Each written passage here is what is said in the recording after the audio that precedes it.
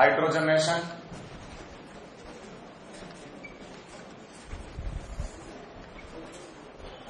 Enthalpy of hydrogenation. It is the heat energy released. It is the heat energy released.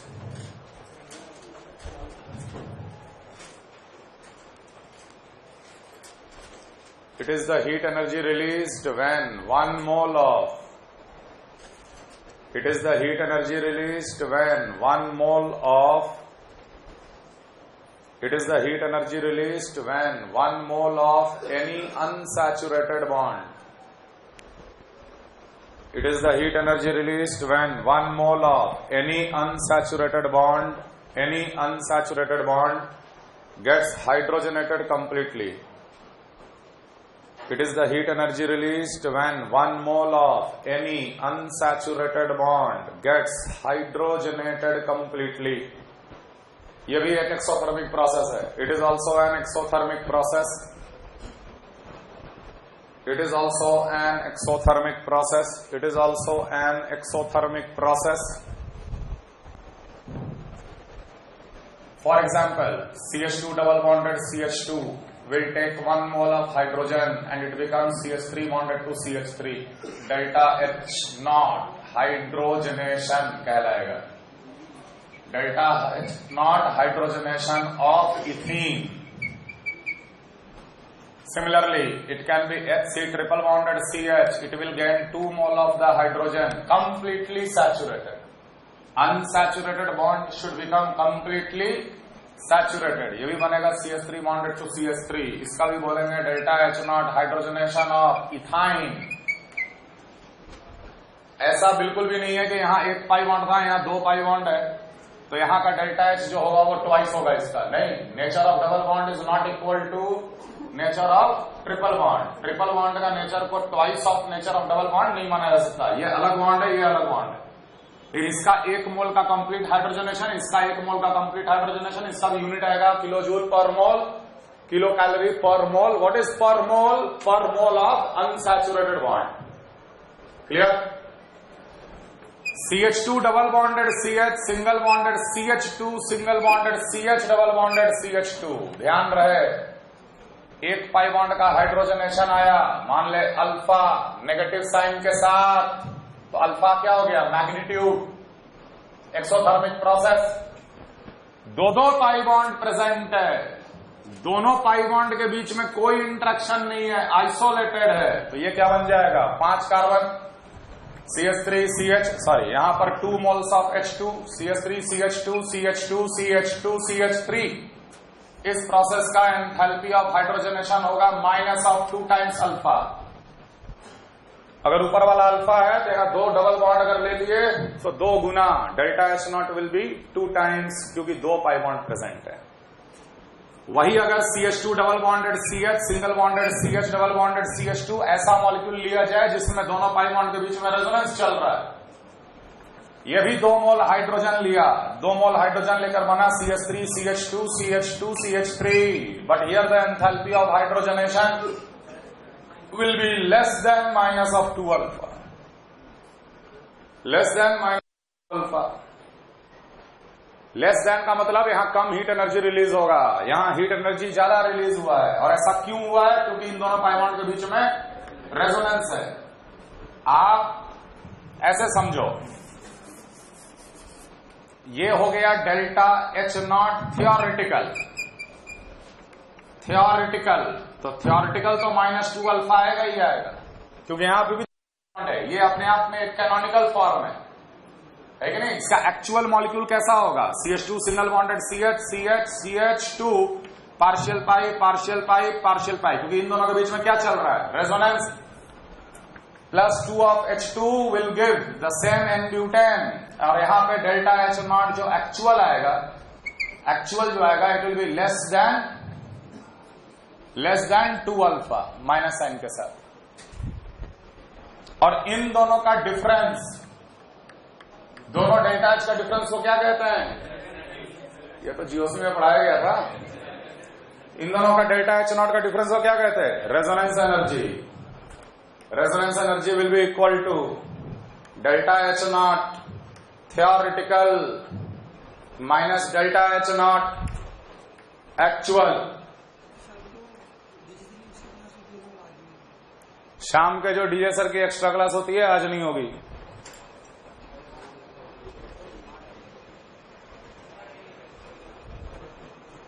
पहला बताए हम एक pi bond वाला alpha, दो पाई बॉन्ड, लेकिन दोनों पाई बॉन्ड के बीच में कोई रेजोनेंस नहीं, एग्जैक्टली 2 अल्फा। लेकिन 2 पाई बॉन्ड ऐसा ले लिए जिसके बीच में रेजोनेंस हो रहा है, तो less than 2 alpha, actual molecule का लेस देन 2 अल्फा कम हो जाएगा। कैनोनिकल फॉर्म का थियोरिटिकली 2 अल्फा आना चाहिए था, लेकिन जो हाइब्रिड है उसका क्या आएगा, लेस देन 2 अल्फा। इन दोनों के डिफरेंस को क्या कहते हैं, resonance energy of the form molecule. बात समझ में आ रहा है?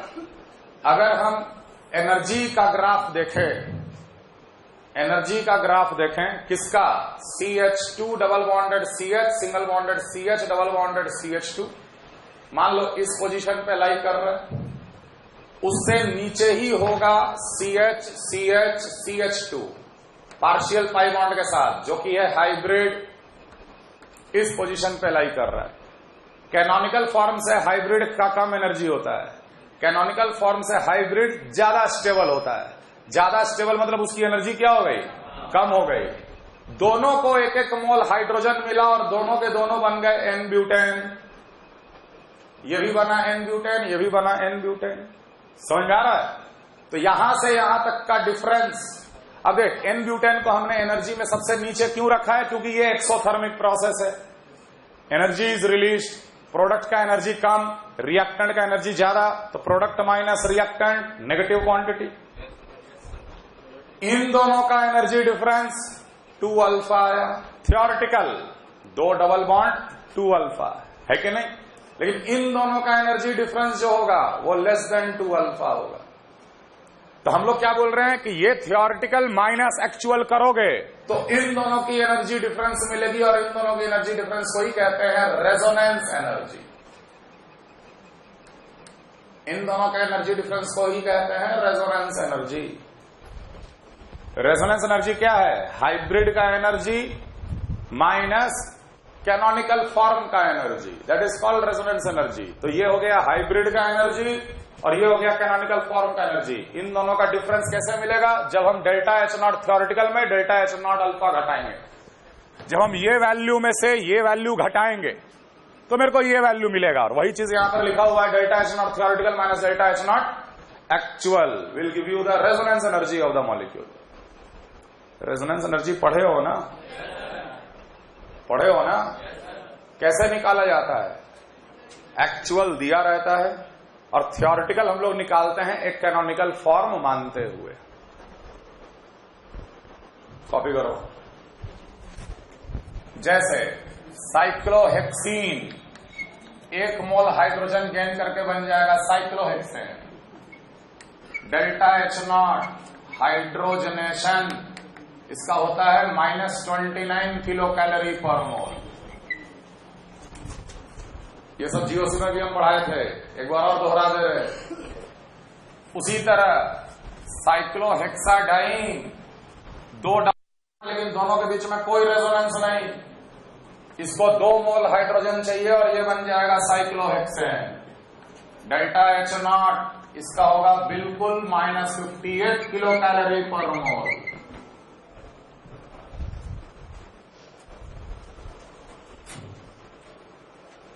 समझ में आ रहा है? अगर वही साइक्लोहेक्साडाइन लेकिन 2 पाई बॉन्ड के बीच में रेजोनेंस, बाई सिग्मा पाई का कॉन्जुगेशन, 2 हाइड्रोजन लेकर बना cyclohexane, delta H naught theoretical तो -58 किलो कैलोरी पर मोल। थियोरिटिकल क्यों बोल रहे, क्योंकि आपने कैनोनिकल फॉर्म मान रखा है, कैनोनिकल फॉर्म में 2 पाई बॉन्ड देखे और -58 बोल रहे हैं, लेकिन वो थियोरिटिकल आंसर है, गलत आंसर है। होना चाहिए था -58, ऐसा समझेंगे, होना चाहिए था -58, लेकिन इसका हाइब्रिड मतलब कि एक्चुअल मॉलिक्यूल जो कि ऐसे होगा रेजोनेंस के कारण, ये 2 मोल हाइड्रोजन गेन करके साइक्लोहेक्सेन बना, डेल्टा एच नॉट इसका एक्चुअल आता है -55.56, किलो कैलोरी पर मोल। कम आता है, लेस देन 2 अल्फा लिख रहे थे ना, वही मतलब है। -58 से हो गया -55.56। तो इस मॉलिक्यूल का रेजोनेंस एनर्जी कितना हुआ? Resonance energy theoretical -58 plus 55.56, that will B -2.44। Resonance energy हमेशा एक नेगेटिव क्वांटिटी होता है। रेजोनेंस एनर्जी क्या होता है? Energy of the hybrid minus energy of the canonical form. समझ में आ रहा है? सिमिलरली हम लोग अगर बेंजीन का कैनोनिकल फॉर्म माने जिसमें 3 पाई बॉन्ड अलग अलग दिख रहा है, ये 3 मोल हाइड्रोजन गेन करके बनेगा साइक्लोहेक्सेन, तो इसका आना चाहिए था, माने थियोरेटिकल आना कितना चाहिए था? 29 इंटू 3 -87 आना चाहिए था। बेंजीन का अगर हम कैनोनिकल फॉर्म मान लिए जिसमें 3 पाई बॉन्ड अलग अलग है, तो उसमें आना चाहिए था -87 किलो कैलोरी पर मोल। लेकिन बेंजीन एक्चुअली होता कैसा है? ऐसा, तीनों पाई बॉन्ड के बीच में रेजोनेंस, ये 3 मोल हाइड्रोजन गेन करके बनेगा साइक्लोहेक्सेन, और इसका डेल्टा H0 एक्चुअल जो आता है वो आता है -51।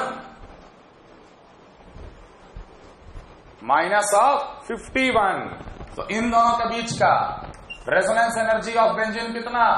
-36 kilo calorie per mole. Resonance energy of benzene -36 kilo calorie per mole.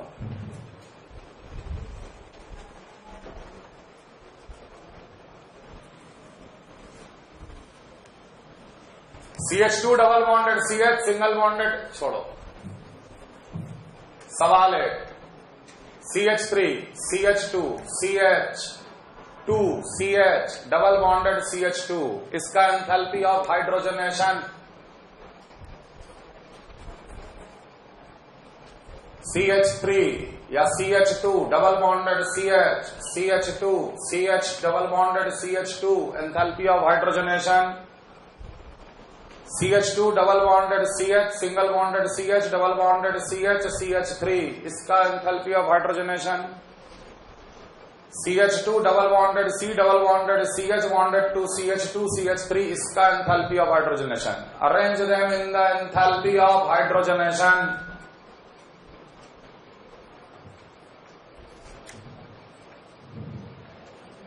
GOC का सवाल, अगर इसको नंबर 1 बोले, इसको नंबर 2 बोले, इसको नंबर 3 बोले, इसको नंबर 4 बोले, एंथैल्पी ऑफ हाइड्रोजनेशन।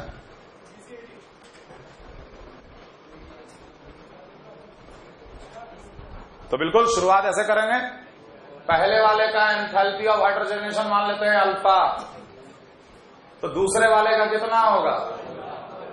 100% 2 अल्फा के बराबर होगा। तीसरे वाले का क्या होगा? लेस देन 2 अल्फा के बराबर होगा। कारण तीसरे वाले में रेजोनेंस होगा मॉलिक्यूल में, कॉन्जुगेटेड सिस्टम। चौथे में HOH किसके बराबर होगा? रेजोनेंस तो नहीं हो रहा, रेजोनेंस नहीं हो रहा, तो क्या बराबर कर दे 2 अल्फा के? नहीं, ग्रेटर देन 2 अल्फा। बताओ क्यों हो गया greater than 2 alpha? Cumulated is always less stable than isolated. Cumulated less stable than isolated. Isolated is less stable than conjugated. जैसे अगर आप एनर्जी का देखोगे तो जो क्यूमुलेटेड होता है उसकी एनर्जी सबसे ज्यादा, उसके बाद जो आइसोलेटेड होता है उसकी एनर्जी उससे कम, और उसका सबसे कम एनर्जी किसका होता है? कॉन्जुगेटेड का। सब के सब हाइड्रोजनेट होकर 2 3 4 5 एन पेंटेन ही देगा, तो एन पेंटेन सबसे नीचे रहेगा। ये स्टेबिलिटी ऑर्डर होता है, ध्यान रहे। टोटल हर जगह 5 कार्बन है, 5 कार्बन, सबका हाइड्रोजनेशन हुआ, एन पेंटेन दिया, लेकिन स्टेबिलिटी वाइज सबसे ज्यादा स्टेबल कौन? कॉन्जुगेटेड, उसके बाद आइसोलेटेड, उसके बाद, समझ में आ रहा बात? तो इसका जो एंथैल्पी ऑफ हाइड्रोजनेशन है, जो कि 2 अल्फा बोले, एक पाई बॉन्ड का अल्फा तो दूसरा पाई बॉन्ड का भी अल्फा, टोटल 2 अल्फा, तो इसका एंथैल्पी ऑफ हाइड्रोजनेशन क्या होगा? इसका enthalpy of hydrogenation greater than 2 alpha होगा, और इसका एंथैल्पी ऑफ हाइड्रोजनेशन जो होगा वो लेस देन 2 अल्फा होगा। बात समझ में आ रहा सबको? क्लियर है? तो क्या होना चाहिए ऑर्डर HOH का? सबसे ज्यादा 4, उसके बाद 2, उसके बाद 3, उसके बाद 1। Clear? 4 2 3 1।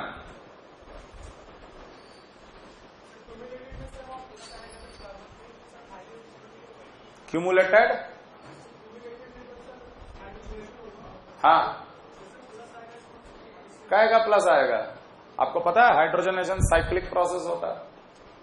Little knowledge very dangerous thing. क्या आएगा प्लस? कौन बोल दिया? अपने मन से इच्छा कर रहा है क्या प्लस लगाने का? साइक्लिक ट्रांजिशन स्टेट, कोई भी चार्ज नहीं बनता हाइड्रोजनेशन का प्रोसेस में, वो हम लोग देखेंगे आगे मैकेनिज्म। ये समझ में आया? ये समझ में आया? क्लियर है? यही सवाल अगर हम बोलते HOH बता एंथैल्पी ऑफ हाइड्रोजनेशन पर पाई बॉन्ड का क्या ऑर्डर आना चाहिए? पर पाई बॉन्ड। तो कुछ नहीं, नंबर ऑफ पाई बॉन्ड से डिवाइड ही तो करना है। अगर इसका HOH सबसे ज्यादा है तो इसका पर पाई बॉन्ड भी अल्फा से ज्यादा होगा। इसका पर pi bond greater than alpha, इसका पर pi bond less than alpha, इसका पर पाई बॉन्ड अल्फा, इसका पर पाई बॉन्ड अल्फा। समझ में आ रहा? तो सबसे ज्यादा किसका हो गया? 4 का हो गया। उसके बाद 1 इज इक्वल टू 2 अल्फा, और लेस देन अल्फा किसका आएगा? 3 का आएगा।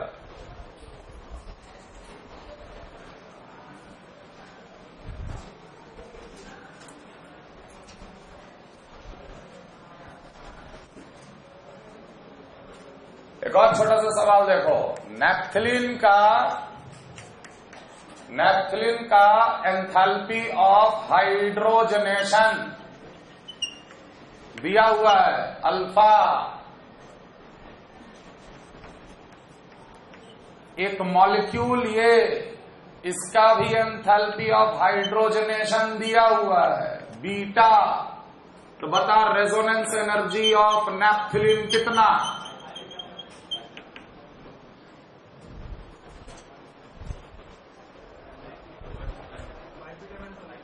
रेजोनेंस एनर्जी ऑफ नैप्थलीन कितना? तो अगर नैप्थलीन का एंथैल्पी ऑफ हाइड्रोजनेशन दिया हुआ है मतलब कि ये एक्चुअल दिया हुआ है कि नहीं? हमको इसका थ्योरेटिकल निकालना है। तो नैप्थलीन का कैनोनिकल फॉर्म कैसा दिखेगा? नैप्थलीन का कैनोनिकल फॉर्म ऐसा दिखेगा। टोटल कितने पाई बॉन्ड है? 5। एक पाई बॉन्ड का हाइड्रोजनेशन के लिए बीटा, तो 5 के लिए कितना होगा? 5 बीटा होना चाहिए था, लेकिन है कितना? Alpha. Therefore 5 beta minus alpha, that is the resonance energy of naphthalene. कर लिया कॉपी?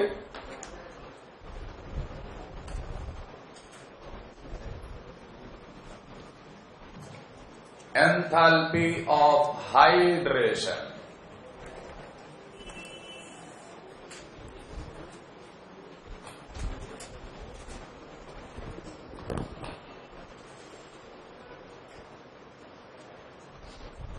तो enthalpy of hydration of ions लिखो पहले। Enthalpy of hydration of ions,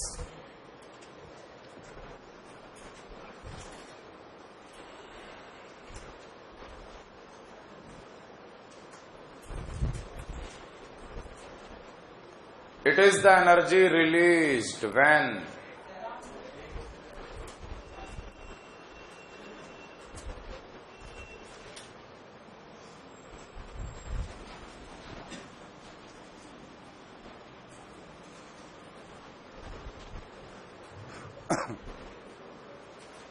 it is the energy released, it is the heat energy released when 1 mole of any gaseous ion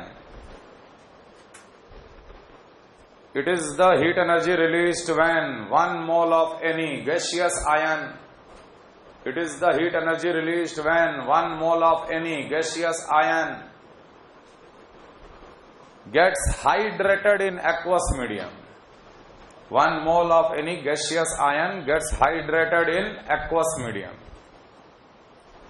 It is the heat energy released when 1 mole of any gaseous ion gets hydrated in aqueous medium.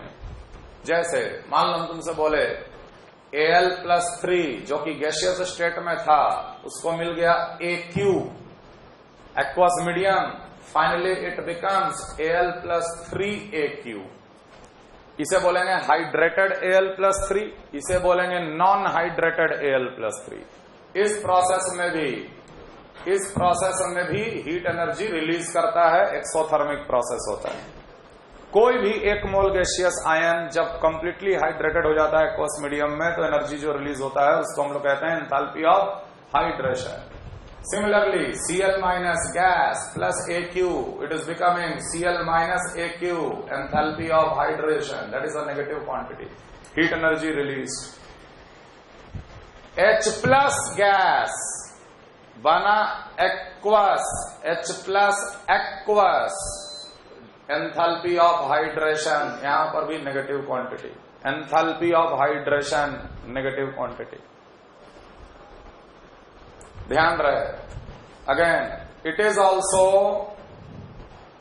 a standard made that delta HF naught of H plus aqueous is taken to be 0. H plus aqueous का standard enthalpy of formation भी 0 लिया जाता है, याद रखना. Delta HF naught standard enthalpy of formation of H plus aqueous ion is also taken to be 0. Delta HF naught of H plus ion is always considered 0. ये standard बनाया गया है थर्मोकेमिस्ट्री में. जैसे हम लोग एलिमेंट्स का 0 लेते हैं उसी तरीके से H plus aqueous ion का भी डेल्टा HF naught क्या लेते हैं? 0. समझ में आ रहा?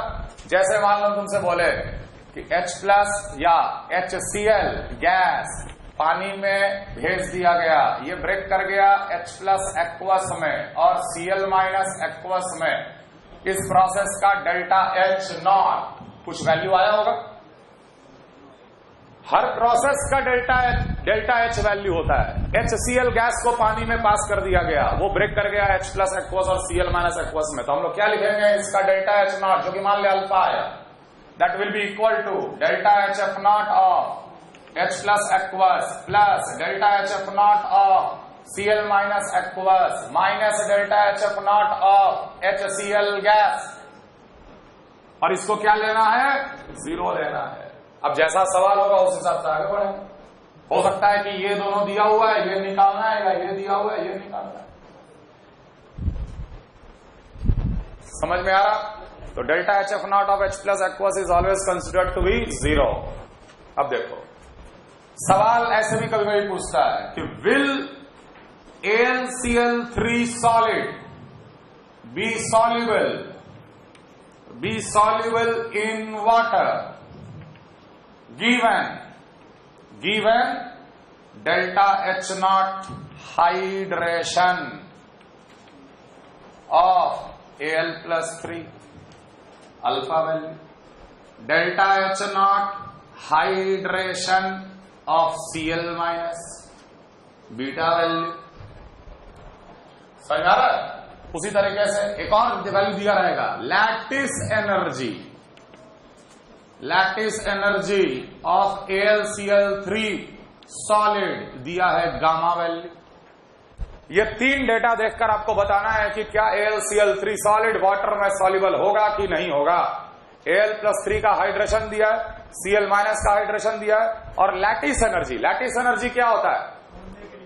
Energy required to break 1 mole of the lattice of a solid का रेगुलर अरेंजमेंट को हम लोग कहते हैं लैटिस. उस लैटिस को तोड़ने के लिए तो AlCl3 का लैटिस में क्या होगा? Al+3 गैस और Cl माइनस गैस, उसी से बना हुआ है वो चीज. समझ में आ रहा है? और उसे तोड़ने के लिए, उस लैटिस को तोड़ने के लिए, तुम ऐसे सोचो ना, NaCl का क्रिस्टल है, NaCl का क्रिस्टल में पानी में रख दो, अपने आप NaCl का क्रिस्टल गायब हो जाता है। न तो आपने हीट किया, न तो कुछ किया। आखिर वो प्रोसेस कैसे हुआ? उसका लैटिस तो टूट रहा है, सॉलिड था और अचानक गायब हो गया, माने उसका लैटिस टूट गया, तो एनर्जी कहां से आया? एनर्जी कहां से आया उस लैटिस को तोड़ने के लिए? तो ध्यान रखना, आयन हाइड्रेट करते चला जाता है, हाइड्रेशन में एनर्जी रिलीज होता है, और वही आयन जो एनर्जी रिलीज हुआ वो लैटिस एब्जॉर्ब करके लैटिस भी टूटते चला जाता है। तो एक सॉलिड तब सॉल्युबल होगा जब उसका total hydration energy is greater than the lattice energy. एक सॉलिड तब सॉल्युबल होता है when the total, the solid will be soluble if total lattice energy, total hydration energy is greater than lattice energy। तो हम यहां पर क्या check करेंगे? अल्फा 3 बीटा का वैल्यू चेक करेंगे, क्योंकि AlCl3 जब ब्रेक करता है तो Al प्लस और 3Cl माइनस देता है। एक Cl माइनस का हाइड्रेशन बीटा है, तो 3Cl माइनस का हाइड्रेशन 3 बीटा। तो अगर Al प्लस 3 का हाइड्रेशन और 3Cl माइनस का हाइड्रेशन अल्फा प्लस 3 बीटा अगर उस गामा वैल्यू से ज्यादा है, अगर उस गामा वैल्यू से ज्यादा है तो सॉल्युबल होगा।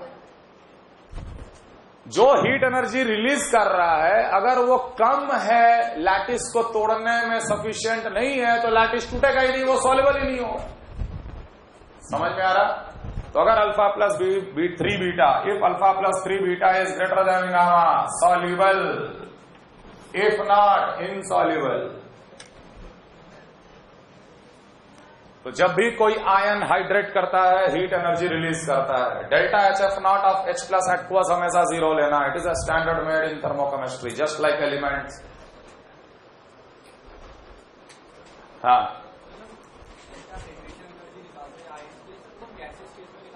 Gaseous atoms. हाँ, AlCl3 सॉलिड का जब लैटिस को ब्रेक करोगे, ये ब्रेक करेगा Al plus 3 gas plus 3Cl minus gas. The state of any atom is always gaseous. किसी भी एटम का एग्जिस्टेंस गैसियस स्टेट में ही होता है। ऐसा नहीं कि Al प्लस 3 सॉलिड और Cl minus solid. You are breaking the lattice into atoms and atoms can exist only in gaseous state. तो इसको तोड़ने के लिए तो ये क्या करेगा? ये एक्वस में जाके Al प्लस 3 एक्वस बनाएगा, 3Cl माइनस एक्वस में जाके 3Cl माइनस एक्वस बनाएगा। अगर ये energy greater than, total energy release is greater than the lattice energy, the solid will be soluble. Gaseous atom combine to form a solid lattice.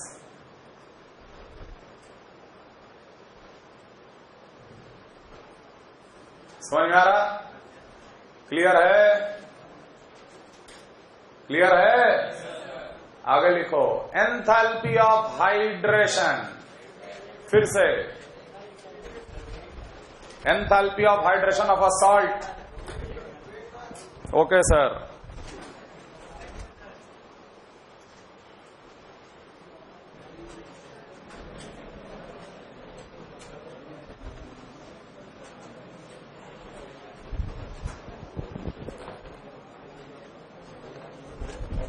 Enthalpy of hydration of salt.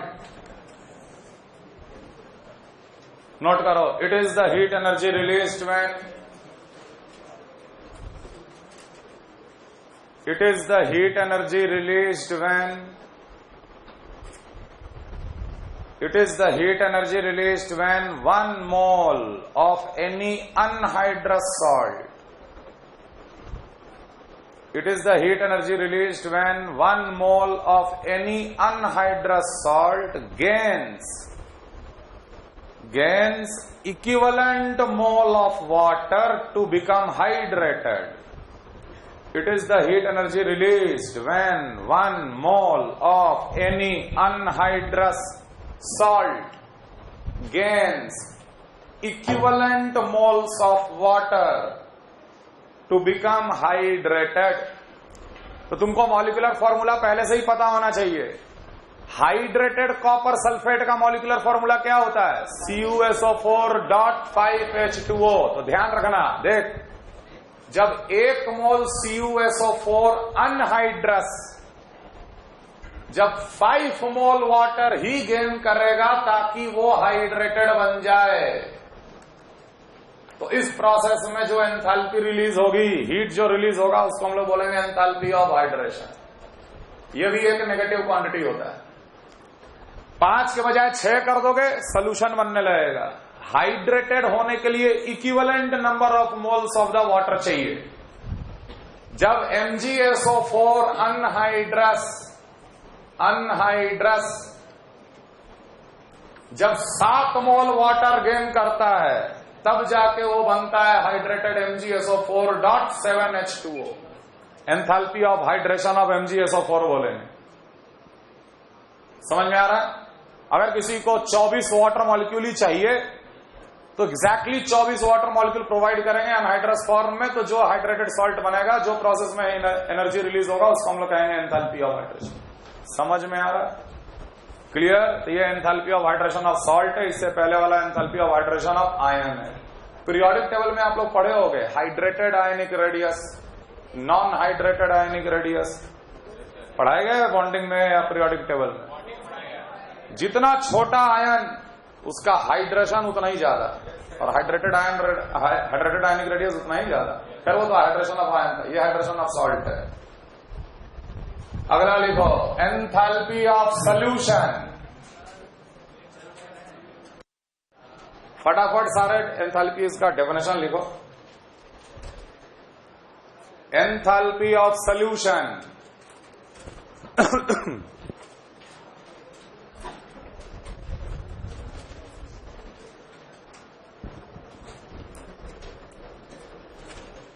When 1 mole of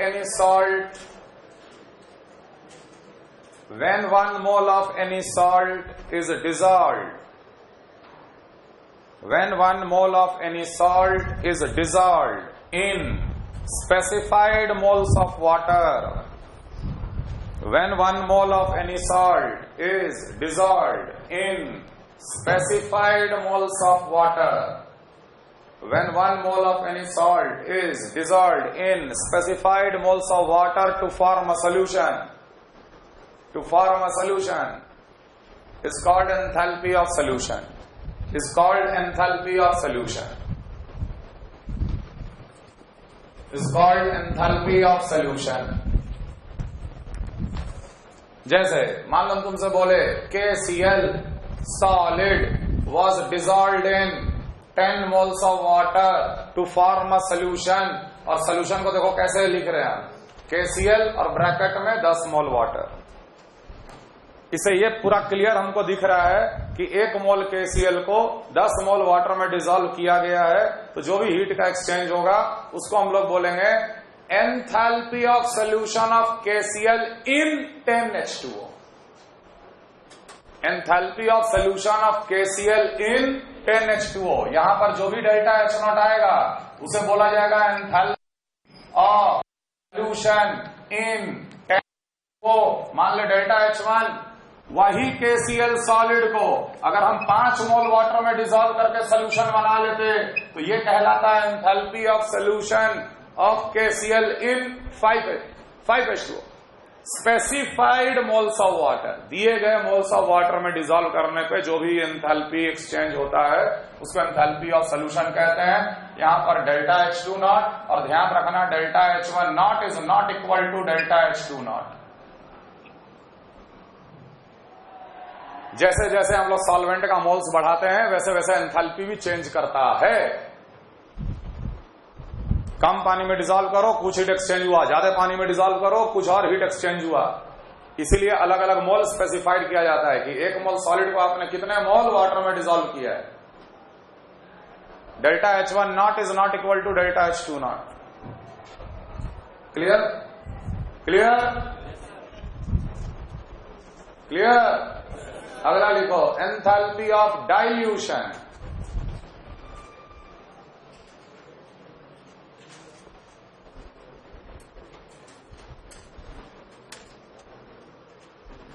Enthalpy of dilution.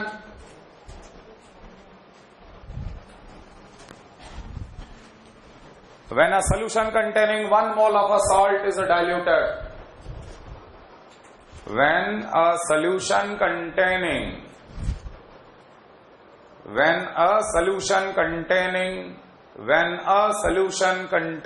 1 mole of a salt is diluted.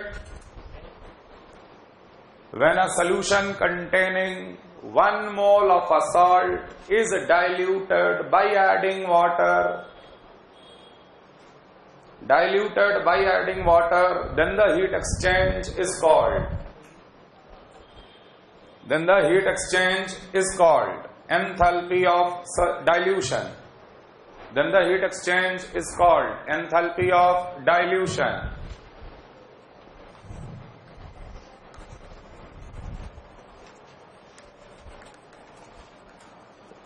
जैसे मान लो लिखा हुआ है KCl 5H2O, मतलब क्या? ये एक ऐसा सोल्यूशन है जिसमें 1 मोल KCl है 5 मोल वाटर में डिसॉल्व किया हुआ। जब इसमें हम और 5 मोल वाटर मिला दिए तो ये बन गया KCl in 10H2O। एक कॉन्सेंट्रेशन से दूसरे कॉन्सेंट्रेशन तक डाइल्यूट किए। इस प्रोसेस का डेल्टा H0 को बोलेंगे enthalpy of dilution from 5H2O to 10H2O। समझ में आ रहा?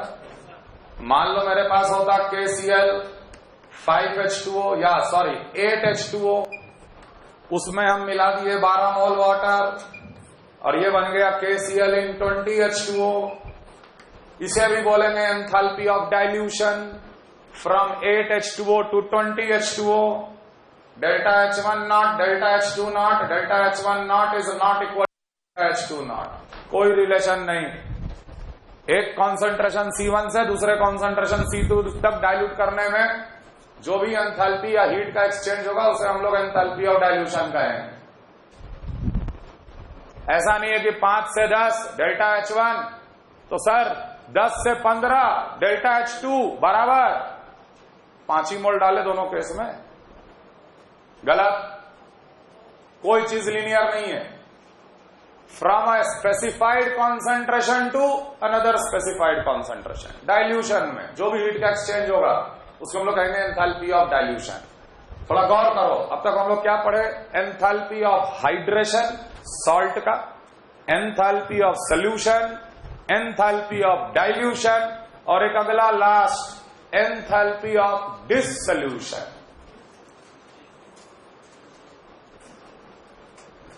Enthalpy of dissolution.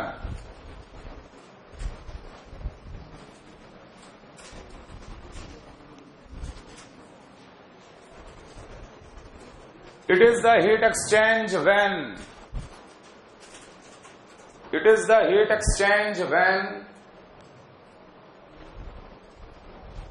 1 mole of a salt is dissolved in infinite moles of water. It is the heat exchange when 1 mole of a salt is dissolved in infinite moles of water such that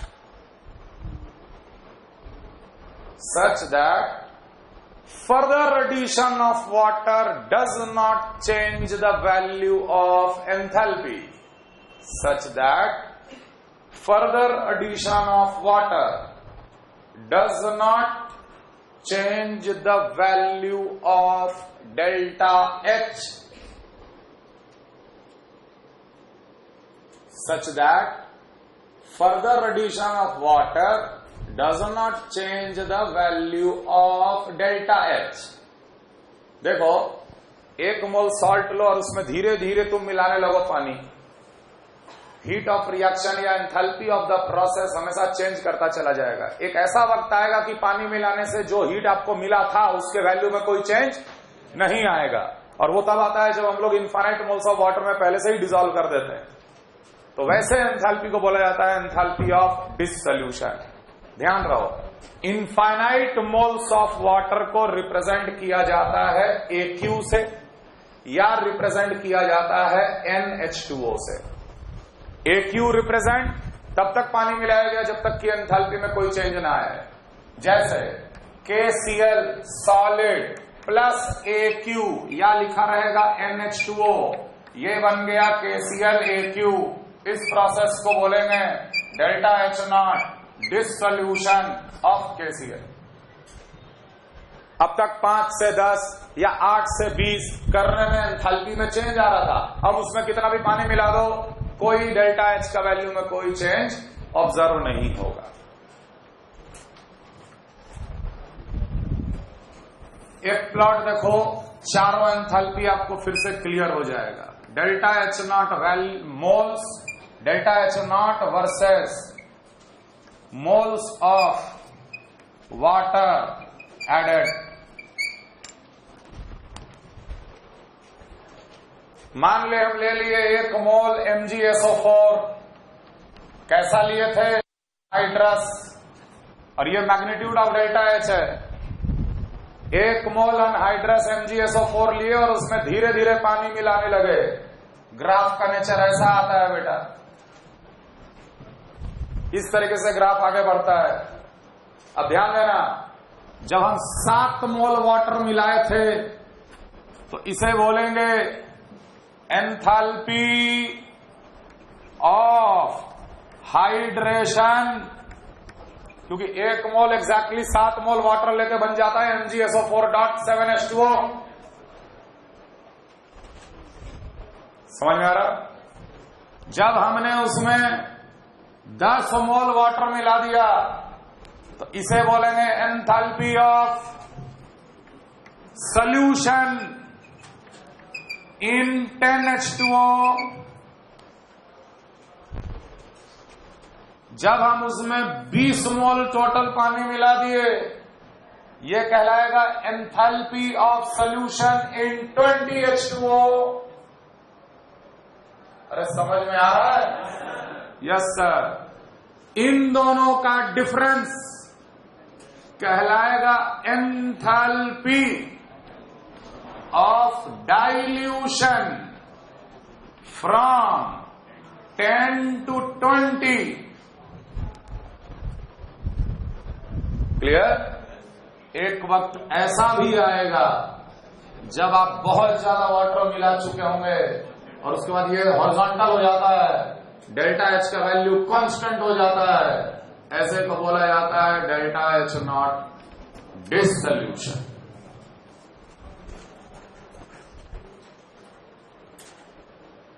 enthalpy of transition,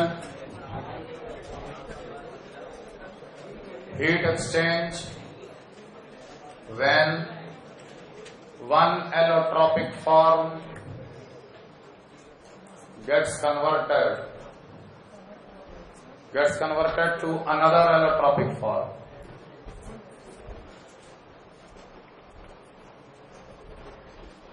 जब एक allotropic form दूसरा allotropic form में convert होता है तो उस process में जो एंथैल्पी का चेंज होगा उसको हम लोग एंथैल्पी ऑफ ट्रांजिशन कहते हैं। जैसे 1 मोल कार्बन ग्रेफाइट कन्वर्ट हुआ 1 मोल डायमंड में, तो इस प्रोसेस में भी डेल्टा H है, इसको हम लोग बोलेंगे enthalpy of transition of carbon graphite to carbon diamond. ठीक है। Similarly, sulfur in a rhombic form is getting converted into sulfur in a monoclinic form. Delta H0 transition of sulfur rhombic to monoclinic. तो एक allotropic form दूसरा allotropic form में convert होता है, तो जो भी हीट का एक्सचेंज होता है उसे हम लोग एंथैल्पी ऑफ ट्रांजिशन कहते हैं। Phosphorus white to phosphorus red, समझ में आ रहा? ऐसे एंथैल्पी को हम लोग एंथैल्पी ऑफ ट्रांजिशन कहते हैं। खैर, इसमें जो इंपॉर्टेंट है वो थोड़ा सा हम डिस्कस कर दें। कार्बन ग्रेफाइट से कार्बन डायमंड ये होता है पॉजिटिव क्वांटिटी। बहुत ज्यादा हीट एब्जॉर्ब होने के बाद ये प्रोसेस होता है at a very very high temperature and very very high pressure. अगर प्रोसेस में पॉजिटिव है डेल्टा एच, किसका एनर्जी ज्यादा? डायमंड का एनर्जी ज्यादा और ग्रेफाइट का एनर्जी कम। कौन ज्यादा स्टेबल? ग्रेफाइट ज्यादा स्टेबल, डायमंड कम स्टेबल। ठीक है। अगर हम कार्बन ग्रेफाइट का कंबशन कर रहे हैं ऑक्सीजन में CO2, इसे हम बोल रहे हैं delta H not combustion of graphite. अगर हम कार्बन डायमंड का कंबशन कर रहे हैं ऑक्सीजन में, ये भी बना CO2, तो इसे बोलेंगे delta H not combustion of diamond. किसका मैग्नीट्यूड ज्यादा होगा? कार्बन डायमंड का मैग्नीट्यूड ज्यादा कि कार्बन ग्रेफाइट का मैग्नीट्यूड ज्यादा? वेरी सिंपल, हम लोग सीधे सीधे एनर्जी डायग्राम में देखेंगे। हमें पता है कि दोनों प्रोसेस एक्सोथर्मिक है। एक्सोथर्मिक मतलब ये एनर्जी का प्लॉट है ना, ये एनर्जी फाइनली क्या मिल रहा? Carbon dioxide. कार्बन डाइऑक्साइड का एनर्जी कम, रिएक्टेंट का एनर्जी ज्यादा, तभी तो एक्सोथर्मिक होगा। और कार्बन ग्रेफाइट और डायमंड में हमें पता है कि कार्बन डायमंड जो होगा, कार्बन डायमंड जो होगा वो ऊपर होगा कार्बन ग्रेफाइट से, क्योंकि ग्रेफाइट ज्यादा स्टेबल है, डायमंड कम स्टेबल है। ज्यादा स्टेबल कम एनर्जी, कम स्टेबल ज्यादा एनर्जी। इन दोनों का डिफरेंस एंथैल्पी ऑफ कंबशन, इन दोनों का difference enthalpy of combustion. Definitely diamond का combustion enthalpy is greater than graphite का कंबशन एंथैल्पी।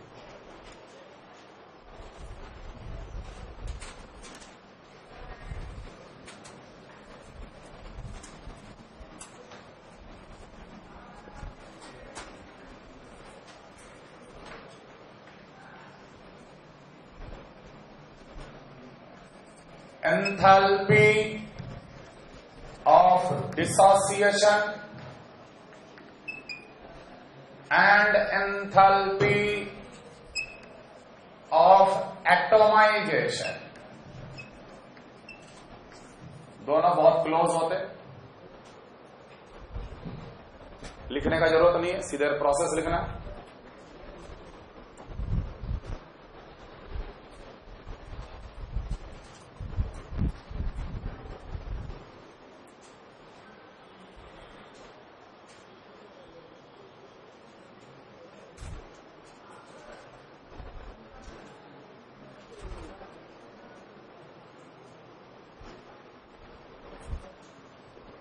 जब किसी मॉलिक्यूल को ब्रेक करते हैं हम लोग एटम्स में, तो एनर्जी रिक्वायर्ड होगा।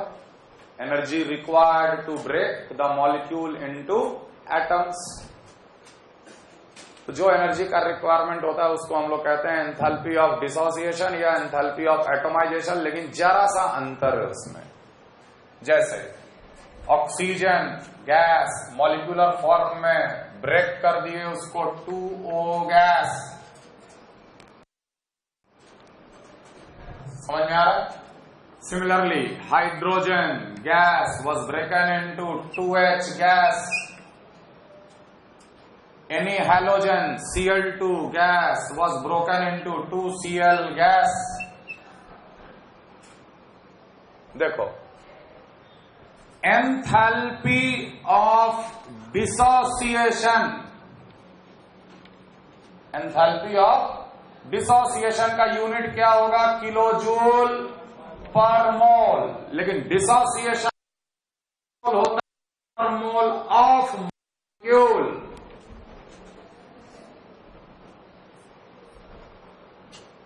समझ आ रहा है?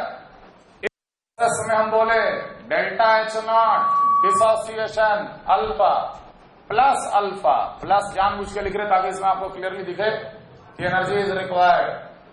Alpha kilo joule heat energy चाहिए 1 मोल O2 को तोड़ने के लिए। किलो जूल पर मोल, तो पर मोल क्या? इट विल बी पर mole of molecule, that is O2। जब 1 मोल O2 को डिसोसिएट करना है इनटू एटम्स, एटम का मिल रहा उसे कोई मतलब नहीं, 1 मोल मॉलिक्यूल को तोड़ेंगे एटम्स में, एंथैल्पी ऑफ डिसोसिएशन। लेकिन एंथैल्पी ऑफ एटोमाइजेशन, प्रोसेस वही है, एटोमाइजेशन। एटोमाइजेशन मैंने क्या, किसी मॉलिक्यूल को एटम में कन्वर्ट करना एटोमाइजेशन प्रोसेस है। तो इसको तुम दो नजर से देख सकते हो, एक तो हम O2 को तोड़ रहे हैं और एटम बना रहे हैं, और दूसरा एटम बनाया जा रहा है। तो इस प्रोसेस को डिसोसिएशन भी बोला जा सकता है, इसी प्रोसेस को एटोमाइजेशन भी बोला जाता है, लेकिन दोनों का एंथैल्पी सेम नहीं होता। एंथैल्पी ऑफ एटोमाइजेशन अगर बोला गया है तो इसका भी यूनिट होगा किलो जूल पर मोल, लेकिन this per mole will be of atoms. 1 mole atom बनाने में जो एनर्जी की आवश्यकता होगी, अंतर समझ में आ रहा? एक होता है पर मोल ऑफ मॉलिक्यूल और दूसरा होता है पर mole of atoms. 1 mole atom बनाने में जो एनर्जी की आवश्यकता होगी उसे कहेंगे एंथैल्पी ऑफ एटमाइजेशन। अब देख, अगर डेल्टा H नॉट डिसोसिएशन अगर अल्फा किलो जूल पर मोल दिया हुआ है तो यहां पर एंथैल्पी ऑफ एटमाइजेशन क्या लिखोगे? डेल्टा H नॉट एटमाइजेशन क्या बोला जाएगा? समझ में आ रहा है? हम लोग ये भी बोल सकते हैं कि 1 मोल ऑक्सीजन को तोड़ने के लिए ये एनर्जी है, या 2 मोल ऑक्सीजन एटम बनाने के लिए ये एनर्जी है। तो 2 मोल ऑक्सीजन एटम बनाने के लिए कितना एनर्जी चाहिए? अल्फा। तो 1 मोल ऑक्सीजन एटम बनाने के लिए कितना एनर्जी चाहिए? Alpha by 2। यही डिफरेंस है दोनों में। अगर ऑफ एटोमाइजेशन दिया है तो इट विल बी पर मोल ऑफ एटम, अगर एंथैल्पी ऑफ डिसोसिएशन दिया हुआ है तो इट विल बी पर मोल ऑफ मॉलिक्यूल। अकॉर्डिंगली दोनों को रिलेट कर लेना, क्योंकि दोनों जो एंथैल्पी है वो सेम प्रोसेस के लिए होता है, मॉलिक्यूल से एटम बनाने का। क्लियर?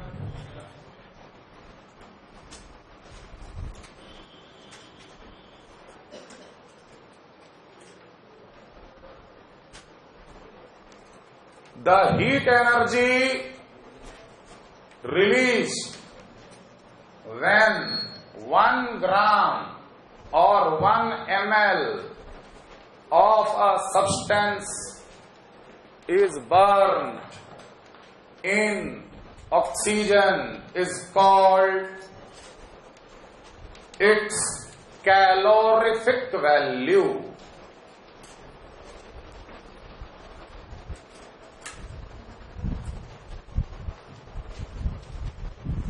किसी भी सब्सटेंस का 1 ग्राम या 1 ml को कंप्लीटली बर्न करने से जो भी हीट एनर्जी रिलीज होता है उसको कहते हैं कैलोरीफिक वैल्यू। जैसे कोल का अपना कैलोरीफिक वैल्यू है, कोयला, अलग अलग कोयला, अलग अलग कैलोरीफिक वैल्यू। माने अगर कैलोरीफिक वैल्यू दिया हुआ है उस कोयले का, मतलब कि उसका 1 ग्राम को जब हम बर्न करेंगे तो जो टोटल हीट एनर्जी रिलीज होगा उसको हम लोग बोलेंगे कैलोरीफिक वैल्यू। जैसे पेट्रोल लिक्विड है, 1 ml, 1 ml पेट्रोल को बर्न करने से जो वो यूनिट दिया रहेगा, यूनिट क्या आएगा कैलोरीफिक वैल्यू का? जूल पर ग्राम या जूल पर ml। तो any heat when it is represented in joule per gram या पर ml, वो क्या कहलाता है? Calorific value. ध्यान रखना, कैलोरीफिक वैल्यू से एंथैल्पी ऑफ कंबशन तक आया जा सकता है। कैलोरीफिक वैल्यू से एंथैल्पी ऑफ कंबशन तक आया जा सकता है। बहुत सिंपल है, पर ग्राम दिया तो मॉलिक्यूलर वेट मल्टीप्लाई कर दे। नहीं समझे? जैसे मान लो बोला calorific value of for n butane is given alpha kilo joule per gram, तो इस एन ब्यूटेन का डेल्टा H नॉट कंबशन क्या हो जाएगा? जब 1 मोल बर्न करते हैं तो हीट एनर्जी जो रिलीज करे वो एंथैल्पी ऑफ कंबशन कहलाता है। 1 मोल मैंने कितना ग्राम हो गया? Molecular weight. तो 1 ग्राम इतना एनर्जी, तो मॉलिक्यूलर वेट एन ब्यूटेन का इसमें मल्टीप्लाई कर देना, तो alpha multiplied by molecular weight of the N butane will give you the enthalpy of combustion. Very simple. Clear everyone? तो ये तो था various types of enthalpy and their definitions.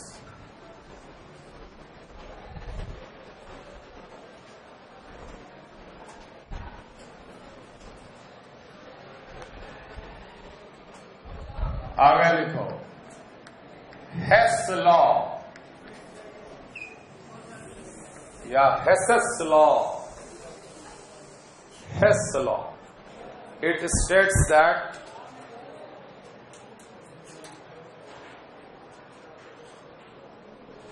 the net heat exchange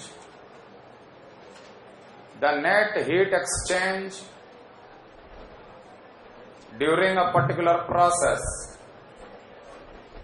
the net heat exchange during a particular process, the net heat exchange during a particular process always remains constant,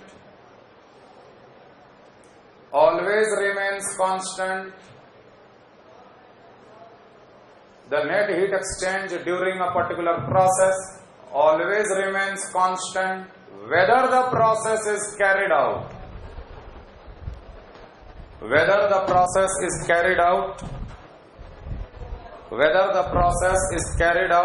in a single step or a multi-step. The net heat exchange during a particular process always remains constant whether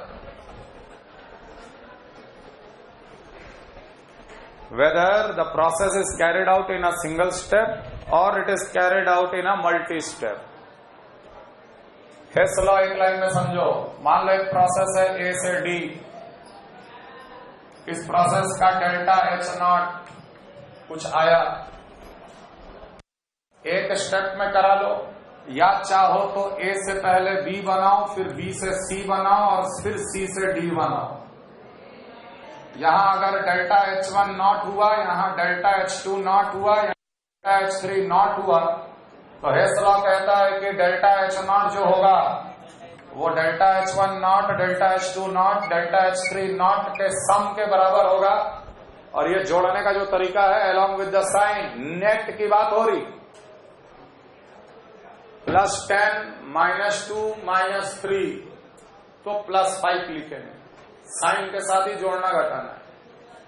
तो एक ये भी ultimately आप ए से शुरू हुए, यहां भी डी तक ही गए, एक से ज्यादा स्टेप में गए, यहां एक ही स्टेप में गए.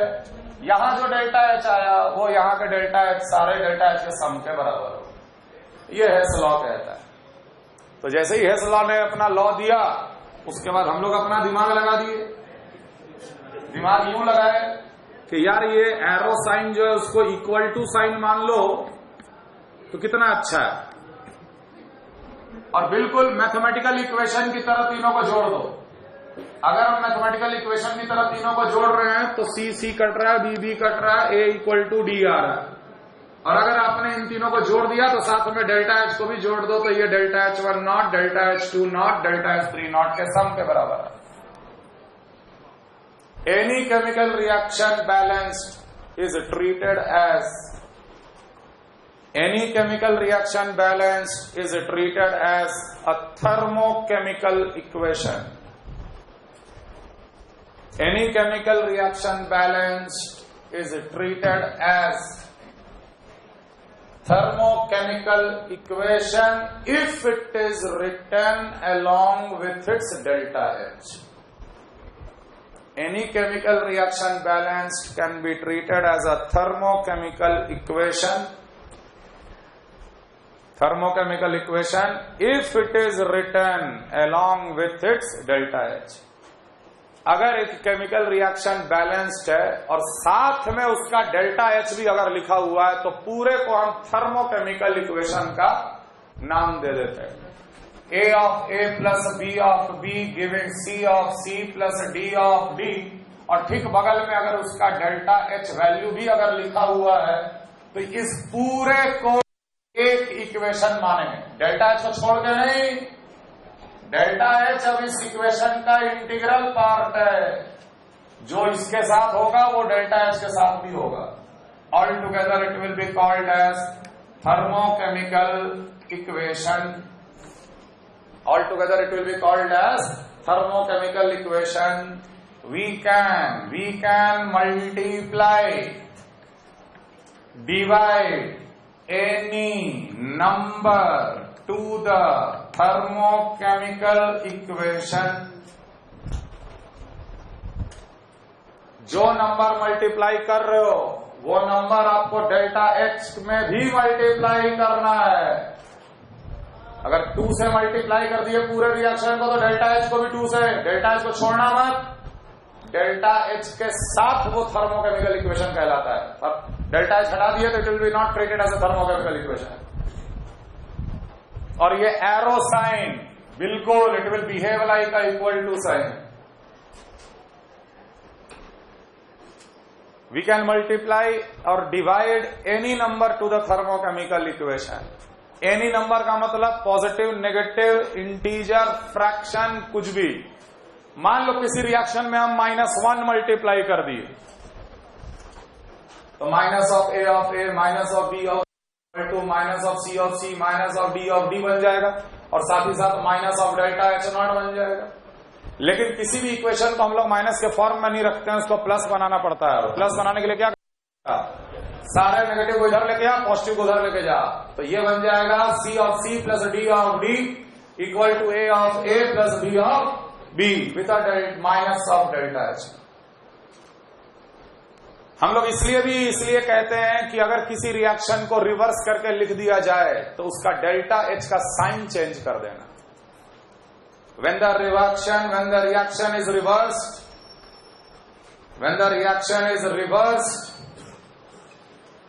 change the sign of delta H। और ये भी एक लॉ है जिसको बोला जाता है Lavoisier Laplace law.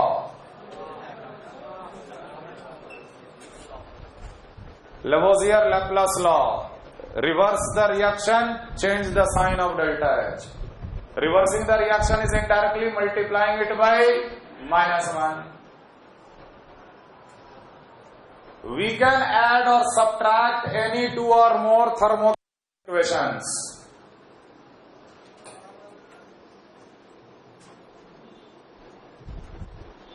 We can add or subtract. We can add or subtract any 2 or more thermochemical equations.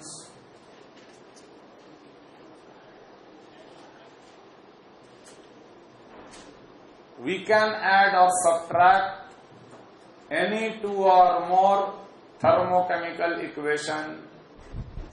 We can add or subtract any 2 or more thermochemical equation.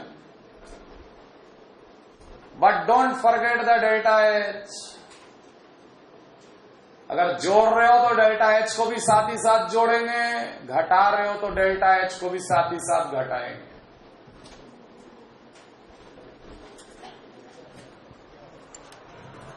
Clear है ना?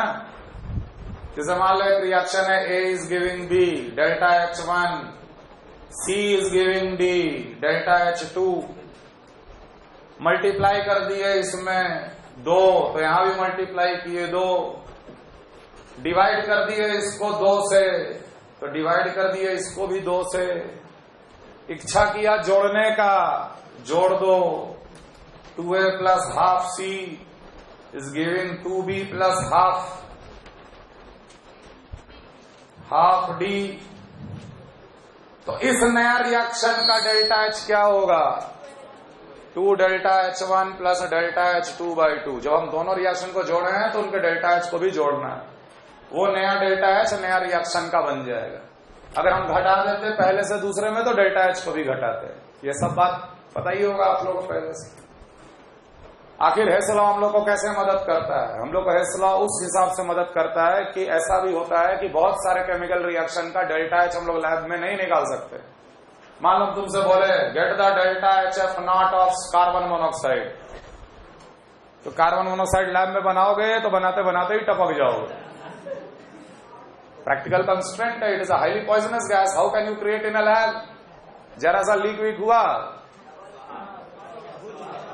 तो ऐसे रिएक्शंस का हम लोग डेल्टा H हेस लॉ के मदद से निकाल लेते हैं। जैसे मान low carbon plus oxygen giving carbon dioxide delta H1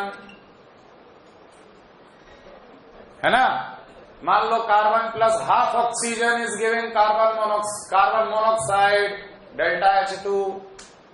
carbon dioxide को जब कार्बन के साथ ट्रीट करते हैं तो 2 कार्बन मोनोक्साइड डेल्टा H3। हमें इस रिएक्शन का निकालना है, हेस लॉ का मदद लेंगे। क्या आप पहले और दूसरे रिएक्शन के मदद से तीसरा रिएक्शन निकाल सकते हो? क्या आप पहले और दूसरे रिएक्शन के मदद से तीसरा रिएक्शन निकाल सकते हो? CO2 plus C2CO।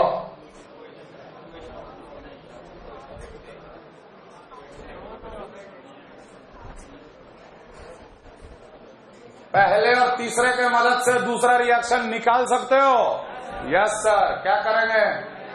करेंगे ऐसा कि ये जो तीसरा रिएक्शन है उसको हम 2 से गुना कर देंगे, डिवाइड कर देंगे।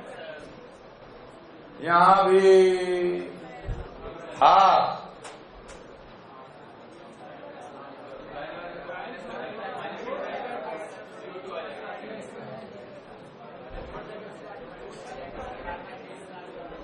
क्या करेंगे जल्दी बता।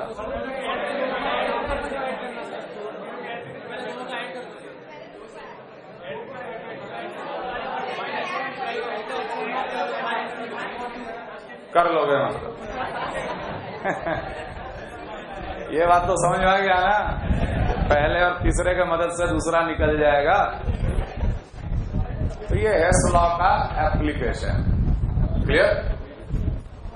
थर्मोकेमिस्ट्री के सवाल 2 तरीके से किए जा सकते हैं।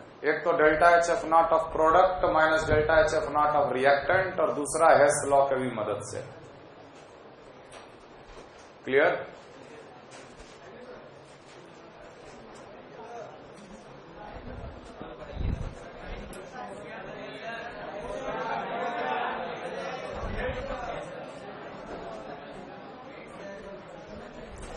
एक सवाल देखो हम लोग ऑलरेडी कर चुके थे, C3H8 प्लस हाइड्रोजन, ये पहला सवाल था टॉपिक का। जब मिला था CH4 प्लस C2H6 और इसका डेल्टा H0 ऑफ रिएक्शन दिया हुआ था -55 या -57, है ना। सवाल में डेल्टा H0 कंबशन हाइड्रोजन का दिया था, डेल्टा H0 कंबशन कार्बन का दिया था, डेल्टा H0 कंबशन मीथेन का दिया था, delta H0 combustion C2 C3H8 का दे रखा था, और हमसे पूछा जा रहा था डेल्टा H0 कंबशन C2H6 का कितना। Clear? Solve it by Hess law.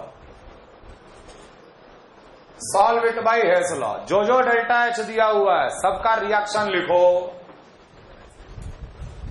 पहला रिएक्शन तो अपने आप में दिया हुआ है जिसका डेल्टा H दिया है। मान ले ये alpha 1, alpha 2, alpha 3, alpha 4, alpha 4, और हम लोग को ये निकालना, ये दे रखा है, मान ले अल्फा बीटा में ही निकालो। तो पहला रिएक्शन दे रखा है जिसका बीटा, अब अलग अलग H2 plus half O2 it is give H2O liquid, तो ये बन जाएगा alpha 1 carbon plus oxygen giving carbon dioxide. इस प्रोसेस का दे रखा है अल्फा 2। मीथेन का combustion CH4 plus O2 giving CO2 plus 2H2O alpha 3, 2 और 2 4 तो 2O2। C3H6 H8 plus O2, it is giving 3CO2 plus 4H2O liquid, alpha 4, 5 और 4, नहीं 6 और 4 10, तो हो गया 5। हमें निकालना किसका है? C2H6 plus O2 giving 2CO2 plus 3H2O liquid, 4 और 3 7, 7/2 O2। मुझे इसका डेल्टा H निकालना है। क्या आप इन 5 रिएक्शन के मदद से छठा रिएक्शन निकाल पाओगे? निकाल पाओगे? हमें 6th रिएक्शन निकालना है। किसके मदद से? 5। सबसे पहला काम क्या करेंगे? सबसे पहला काम ऊपर वाले को रिवर्स करेंगे। क्यों? क्योंकि मेरे को C2H6 चाहिए इधर लेफ्ट साइड में। जो जो चाहिए उसके हिसाब से काम करते चले जाओ। रिवर्स करो, तो रिवर्स करने से ये रिएक्शन हो जाएगा C2H6 plus CH4 is giving C3H8 plus hydrogen minus beta. Reverse किए तो साइन भी चेंज करना है ना। अब हाइड्रोजन को कटने के लिए तैयार है।